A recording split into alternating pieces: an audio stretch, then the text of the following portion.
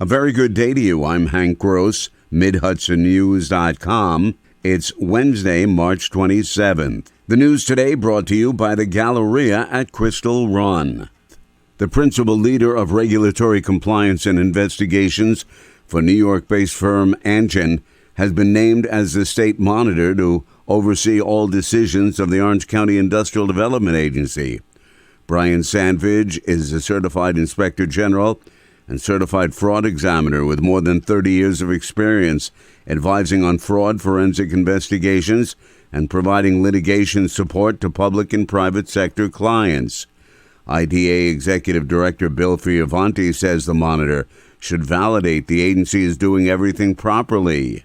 When there is validation that we've been doing things properly, it's going to be from a great source that is going to be difficult to refute. So, again, we're not looking to spend the money. There are other really avenues we'd like to deploy our capital in order to help attract better jobs and things like that. But this is it's a political thing we've got to deal with. So ready to get it done with, frankly.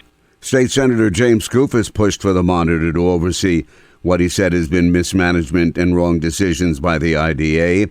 The 2-year appointment will be funded with $500,000 of IDA money. A 21-year-old West Point cadet is believed to be the victim of an accidental drowning while on leave in Florida. Academy officials announced Tuesday Cadet Haven Morris was a valued member of the Corps of Cadets, committed to serving his country as an Army officer, said West Point Superintendent Lieutenant General Stephen Gilland. The entire West Point community offers its heartfelt condolences to the Morris family, he said. According to police, Morris's death appears to be an accidental drowning and no foul play is suspected. Morris's tactical officer, Major Rebecca Gog, described him as a bright, resilient young man with the determination to succeed in all he did. Rockland County's economy is strong, County Executive Ed Day said yesterday as he delivered his annual State of the County address. Day enumerated several accomplishments made during 2023. Rockland's thriving economy is attracting more investments by businesses, which will offset costs to taxpayers even further. The Rockland County Industrial Development Agency reports last year $1 billion was invested into new projects, creating nearly 1,000 jobs. Day said in 2023, the county conducted over 2,000 building and code violations and collected $500,000 in fines, increased child care assistance funding by $2 million, and secured over $4 million in benefits for veterans. When State Senator Rob Rolison first took office as mayor of Poughkeepsie in 2016, he inherited a multi-million-dollar deficit from his predecessor. The city was in such financial ruin that there was no heat on the top floor of City Hall. On Tuesday night, in a room where the temperature was 78 degrees at the start, Mayor Yvonne Flowers announced the deficit has been eliminated. Eradicating the multi-million-dollar deficit Rolison inherited was his top priority. With his financial team, the city began making a financial comeback. Flowers, in her third month as mayor, after serving on the Common Council, had positive financial news. I'm elated to report that we have wiped out what once was a $13.2 million general fund deficit and now have developed approximately $2 million fund balance, a major accomplishment for this city. She said in the first few months in office, the city was designated as one of the state's first pro-housing communities.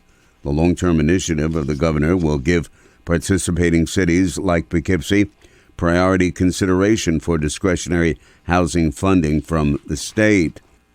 He's here. The Easter Bunny is visiting the Galleria at Crystal Run every day now until Easter. And he's not camera shy.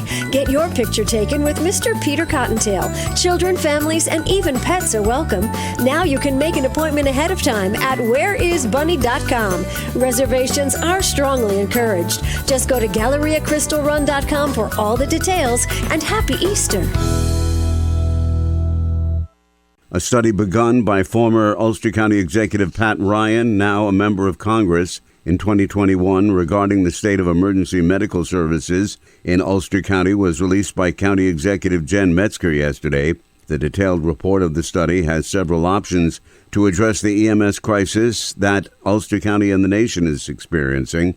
The report presents data collected from Ulster County ambulance and first responder agencies, assesses the current state of EMS and ambulance service delivery, identifies challenges faced by Ulster EMS providers, and presents a range of options for the county to consider for future EMS and ambulance service sustainability.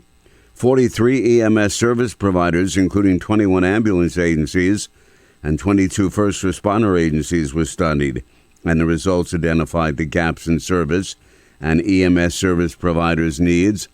While focused on Ulster County services, the report notes that service delivery challenges are not isolated to the county, but are part of a larger national crisis.